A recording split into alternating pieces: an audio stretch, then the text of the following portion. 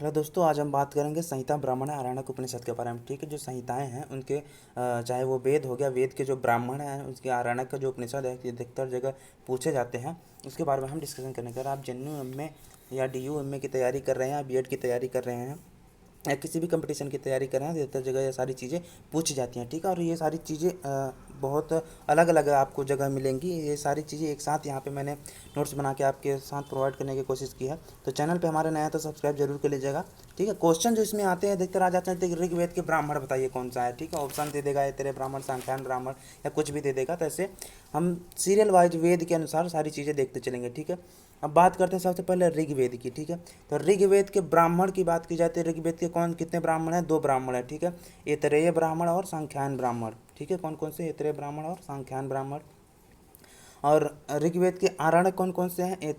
ऐतरेय और सांख्यान, यानी कि ऐतरेय इसका ब्राह्मण भी है, आरण्यक भी है और उपनिषद भी है। ठीक है, इस तरह से आप याद कर सकते हैं। ठीक है, ऋग्वेद के जो ब्राह्मण है वो ऐतरेय और सांख्यान, जिसे कौशिकी भी कहते हैं। ठीक है, ये ऋषि होते हैं, उन्हीं के नाम पे ये पड़ गया है ब्राह्मण आरण्यक। ठीक है, ऋग्वेद के आरण्यक कौन से हैं? ऐतरेय और सांख्यान है। ऋग्वेद के उपनिषद कौन कौन से हैं? ऐतरेय और कौशिकी। ठीक है, तो इन ये 6 आप याद कर लीजिए। ऋग्वेद के ब्राह्मण हो गया ऐतरेय सांख्यान, हालांकि ऐतरेय सभी में है। और ऋग्वेद के आरण्यक ऐतरेय और सांख्यान हो गए। ऋग्वेद के उपनिषद कौन से हैं? ऐतरेय और कौशिकी। ठीक है, अब बात करते हैं यजुर्वेद की।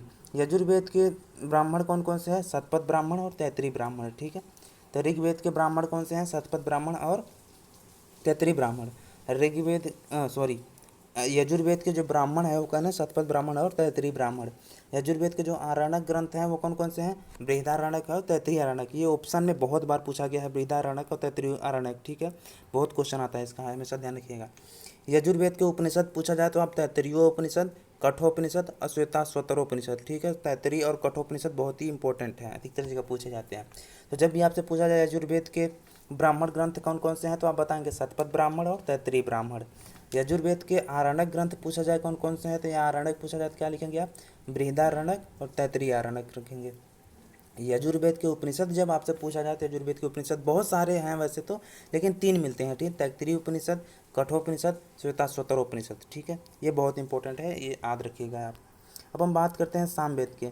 सामवेद के जो ब्राह्मण है वो पंचसिख, छड़विश, आर्षेय, दैवत, छांदोग्य, संहिता, वंश, जैमिनी और संविधान। ठीक है, ये क्या है? ब्राह्मण। इसके बहुत सारे ब्राह्मण हैं। ये अधिकतर इनमें से कुछ चीज़ें मिल जाती हैं, कुछ चीज़ें अभी भी आधी अधूरी मिलती हैं, कुछ चीज़ें बिल्कुल भी नहीं मिलती। तो इस चीज़ को आप ध्यान रखिएगा। सामवेद के आरण्यक कौन कौन से हैं? तवलकार या तलवकार भी आपको कहीं लिखा हुआ मिल जाता है, तो तवलकार या तलवकार एक ही है। ठीक है, और छांदोग्य आरण्यक भी मिल जाता है सामवेद में। ठीक है, सामवेद के जब आपसे उपनिषद पूछा था तो क्या लिखेंगे?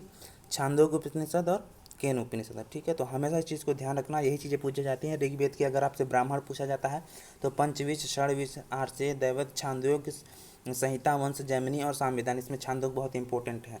हाँ, छांदोग्य तीनों में देखो, कुछ कुछ चीज़ें तीनों में आ रही है। जैसे देखो सामवेद का देखो छांदोग्य आ रहा है, ब्राह्मण भी है, छांदोग्य आरण्यक भी है, छांदोग्य है, उपनिषद भी है।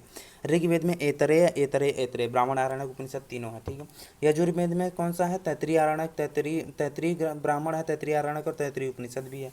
तो ये याद करने का सिंपल तरीका है, इस तरह से आप याद कर सकते हैं। ठीक है, तो जब भी आपसे पूछा जाए कि सामवेद का ब्राह्मण ग्रंथ कौन सा है, तो छांदोग्य, संहिता, कुछ भी आप बता सकते हैं। अगर आपको ऑप्शन में कुछ लिखा हुआ है इनमें से तो आप टिक लगा दीजिएगा। अब जब आपसे पूछा जाए कि सामवेद के जो आरण्यक ग्रंथ हैं वो कौन कौन से हैं, तो क्या लिखेंगे? तवलकार या तलवकार। ऑप्शन में है तो तवलकार या तलवकार जो भी मिले आप लगा दीजिएगा। दूसरा कौन सा है? छांदोग्य है। सामवेद का जब आपसे पूछा जाए उपनिषद कौन सा है, तो क्या लिखेंगे? छांदोग्य उपनिषद और केन उपनिषद। ठीक है, ये शॉर्टकट में लिखा है, छांदोग्य उपनिषद और केन उपनिषद। ठीक, उपनिषद लगा लीजिएगा। और आरण्यक के सामने आरण्यक, ब्राह्मण के सामने ब्राह्मण। ठीक है, अब बात करते हैं लास्ट अथर्ववेद। अथर्ववेद का जो है ना, अथर्ववेद का ब्राह्मण ग्रंथ कौन सा? एक ही मिलता है, वो है गोपद ब्राह्मण। ठीक है, अथर्ववेद का एक ही मिलता है, वो क्या है? गोपद ब्राह्मण। अथर्ववेद का जो आरण्यक है वो एक भी है ही नहीं, मिलता ही नहीं है। ठीक है, तो जब भी पूछा जाएगा ब्राह्मण पूछा जाएगा या उपनिषद पूछा जाएगा, तो जब भी आप को अथर्ववेद का ब्राह्मण पूछा जाए तो क्या लिखेंगे? गोपद ब्राह्मण हो गया। और अथर्ववेद का उपनिषद पूछा जाए तो मुंडकोपनिषद, मांडूक और प्रश्न उपनिषद। ठीक है, मुंड, मांडूक, प्रश्न उपनिषद, ऐसे याद करें, मुंड, मांडूक, प्रश्न।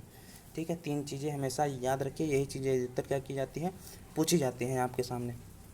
ये बहुत ही इंपॉर्टेंट है। अगर आप इसका नोट्स बनाना चाहते हैं तो या तो इसका स्क्रीनशॉट मार के रख लीजिए, बहुत इंपॉर्टेंट है। कहीं भी एक पेज में से लिख लीजिए, ठीक है, अपने सामने हमेशा। देखो इसमें से 1 या 2 क्वेश्चन आपको 100% मिल जाएगा कहीं ना कहीं, अधिकतर जगह।